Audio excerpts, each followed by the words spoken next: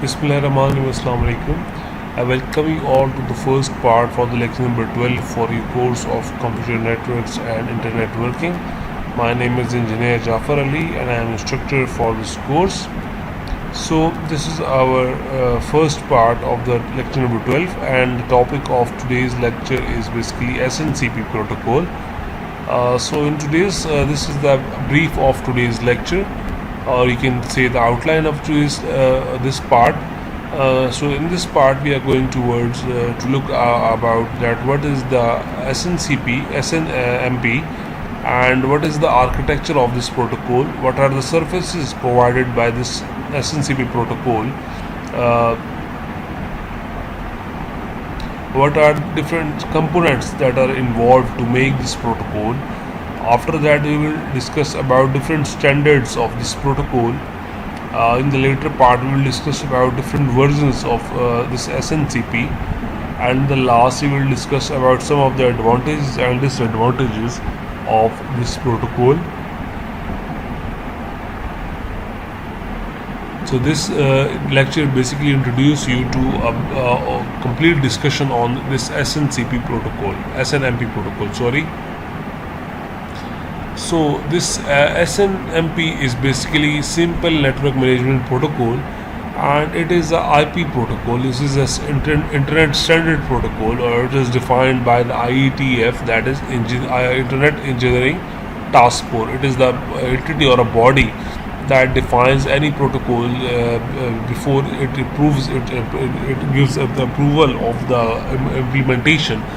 And this is the, you can say, the SI, the System International of this web development. So this is basically defined by this IETF, this protocol, and it has several operations on this protocols as well. So this protocol manages devices on the internet, while internet networks, and these devices that are typically that supports this SNCP. This includes routers, switches, server, workstations, printer, modems, any device that is a part of the network, you name it, and that will be basically following this SNMP protocol, because it provides a simple network management methodology and protocols to manage this management, because you know that the management is the major bottleneck of all this internet, and this SNCP provides a very good alternate to that bottleneck. This SNCP provides a set of fundamental operations for the monitoring of an internet, the traffic. You can monitor the traffic of your internet.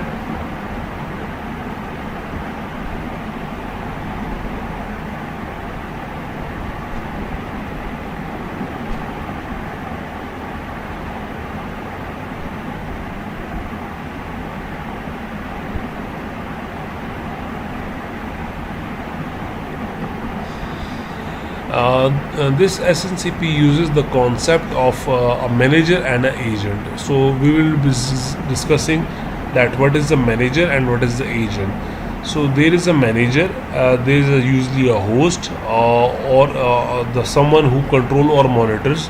A set of agent usually is a router or a server. So a router as a server is known normally is an agent, and a host or a control or monitor is basically known as a manager. So let's talk about this nomenclature or this terminology of SNCP architecture. What is a manager? A manager is basically a management station, and it is a host that runs this SNCP client program. So this protocol or this program is run by a manager, and this manager is basically a workstation which has the ability to manage this information and this network. So it basically monitors and manages the devices that are connected with the network. It also manages the sending requests to the network, and this is known as known as agent. So the manager send request to the network device, and this network device is normally an agent, and this agent will then respond to a manager request while using SNCP protocol. SNMP protocol. Now let's talk about an agent. Agent is a managed station, or this is known as an agent, and it is normally a router that runs SMTP protocol, or this is the server program SMTP, and these agents will be responding the data on the managed system as variables. So let's talk about another terminology, the NMS. NMS is basically the network management systems or services. It executes. This is a kind of application for the monitoring and management of different devices. And basically, this is a management device, so it basically runs on the manager workstation. It is not compatible with the agent. Actually, it basically works on the manager workstation. So this is the model of architectural model of this SNMP protocol. You can see that there is a workstation. This is the workstation, and this workstation has a manager, and this manager has a simple network management protocol implemented, and under this SNMP there is a UDP and there is a IP protocol. Similarly, this is a host, and this host has basically an agent. It's not a manager, it is an agent, and under this agent, this has the same SNMP protocol. Under that SNMP, there is a UDP as well, and in the last there is a IP, same as the this management station. You can see this is a control unit or control station, and this is the host or the client or the user. So these are some network elements that are shown to you, and these are all connected to each other using a network.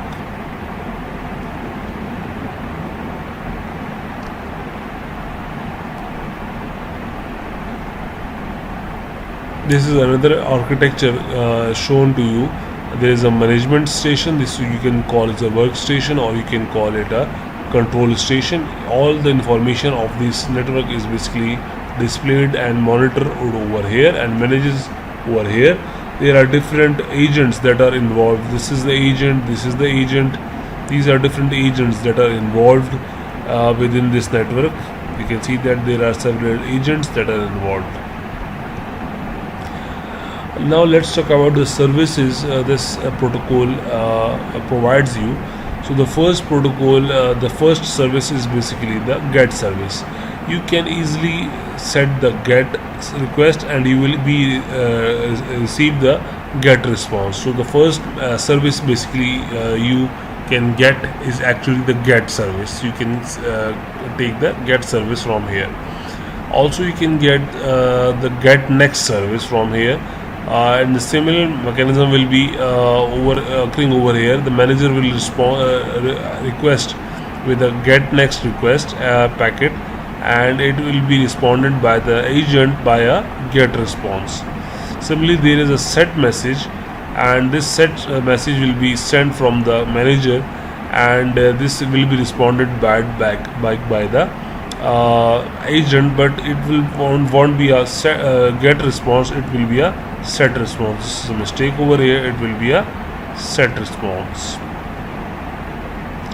And in the last, there is a trap. We will discuss about the trap in the later part, or in this part if the time allows us.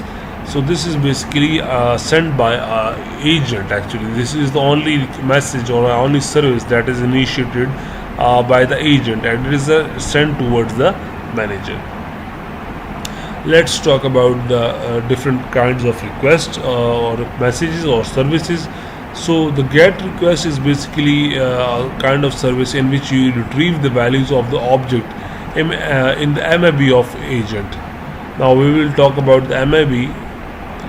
MAB is basically a management information base, and it MAB create a collection of named variable, their types, their relationship to each other, and all the other entries to be managed. So you have to create a database for that, and in that database this is basically different information structure, and there is another structure for the information, and this is known as SMI, or also known as structure of management information, and it defines the rules. Actually, it will be displaying you the rules, general rules of naming the variables, defining the variables, their types, their ranges, their lengths, their memories, their locations, their encoding techniques, their variables, their values.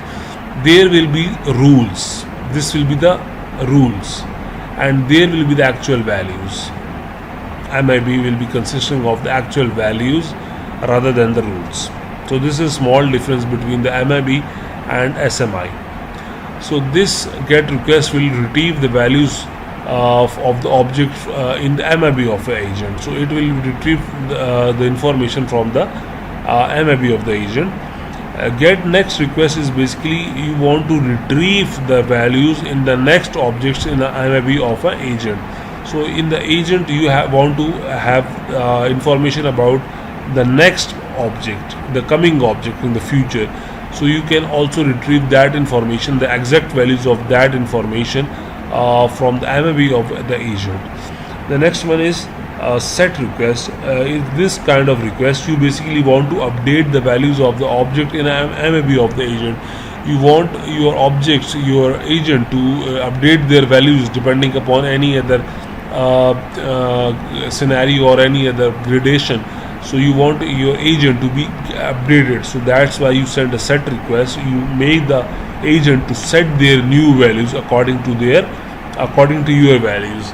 And in the last one, that is a trap request. This is basically originated by the agent despite of the manager. So in this kind of trap request, you basically this agent report extraordinary events to the manager, that there is several extraordinary events that has been occurred during a small period of time, and the agent wants the manager to know that this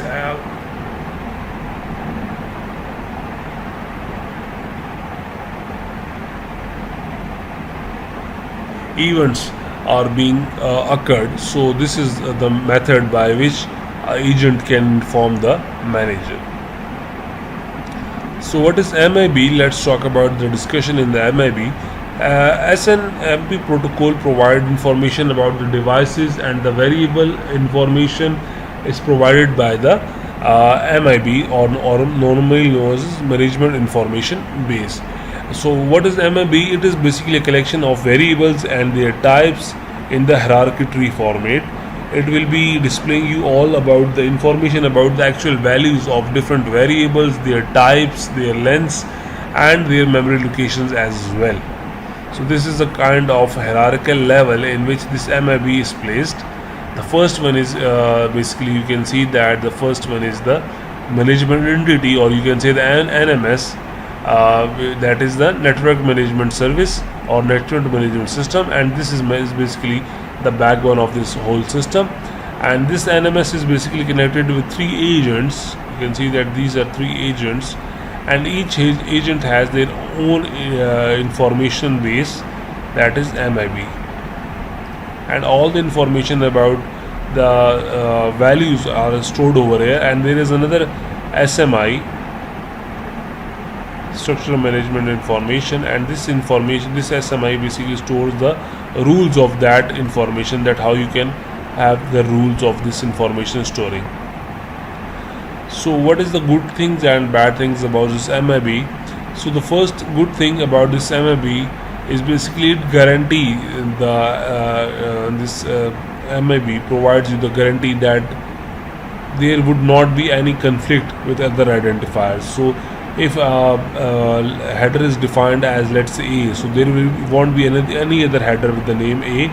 Maybe it is possible that this another small a, because you know that there are case sensitive information, so there is a possibility that another A will be coming in this way, but no conflict will be occur in this MIB. This is guaranteed by this MIB. And the bad things about this MIB is that naming scheme arises from the length of the variable name. So if the variable name has a lot of digits or alphabets, so this will be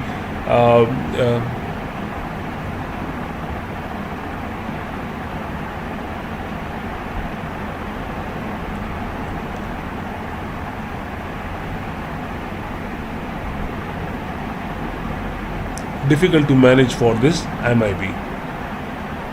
Agent will receive a request on a UDP port number 161. This is by default, and the manager will send the UDP request on the port number 161. So this is the common for both as well. But the manager receives the notification from the agent on port 162, that is known as the trap event. It means all the messages sent by the manager will be sent by port 161 and will be received by the agent on the port 161. But only the message from generated by the agent will be received by the manager on the port 162. So this 162 is only kept for the trap event. If there is another urgent message and the agent want you to know, so he will send that information on the port number 162. So there are some standards for this SNMP protocol. The first one is standard 15. This is basically RFC request for comments, and this is the first one was named as Simple Network Management Protocol, and in the later on in the standard 16 this was introduced. This SMA was introduced in this protocol, and this is known as RFC 1155. And this basically induced the information about the structure and identification management information for this TCP IP based network. It means you have to induce this SMI as well, and you have to hold some MIB definitions as well. So this was done in the standard number 16. And the 17th standard, it was this MIB was basically upgraded, and the management information base for the network management of TCP based network was upgraded, MIB 2.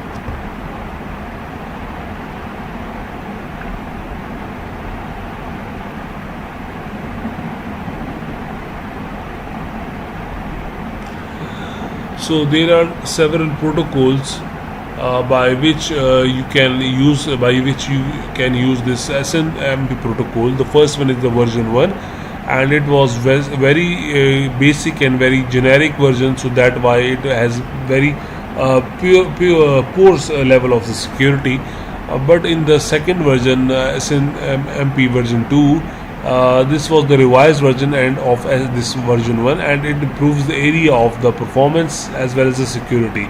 And it also introduced the GET bulk request and information request. And by GET bulk request, I mean you can take the information about different variables at the same time from the MIB of a specific agent. So this GET bulk request is basically a combination of requests or information that was done individually on the earlier versions. Let's talk about the last topic of today's class. What are the advantages and disadvantages? So the main advantages of this SNMP protocol is it is very simple to design and also to implement, because there are the things are very much computerized, and you know that the software implementation nowadays is very much easy, and expensibility is also there for the future. If you want to upgrade or expand your devices or workstations, you can also expand by using a simpler software, because you know that this is normally managed by NMS, Network Management System, and this system is nothing but a computer, and this computer works on a code. So this NMS is basically upgraded in the future as well. So this SNMP protocol can be expanded in the future as well. Now let's talk about the major disadvantage. The major disadvantage is basically of the security gap. Intruders can access the information from the MIB, so you need to have the agents very much secure. So agent information base, that is the MIB, needs to be secured very much. And to cope this disadvantage, the SNMP version 2 has fixed some security issues, but it is not rectified completely. So there is also a chance of much improvement in that, and it is not a particularly efficient protocol, because much of the bandwidth is wasted with holding the information that is needless. So because you know that an agent is holding a MIB, and MIB is holding information, and much of the time this information is useless, so much of the bandwidth is get wasted. So the need of protocol is required in which the information storing of this agent's MIB needs to be optimized. So that's all for the first part. I hope that you've learned about the SNMP protocol, that is Simple Network Management Protocol. If you have any question regarding this SNMP, you have to write it down on the white paper so that you can ask it in the class. I hope to look forward some good questions in the class. I'll see you in the class or in the second part as well. That's all the first part. Thank you very much. Allah Hafiz.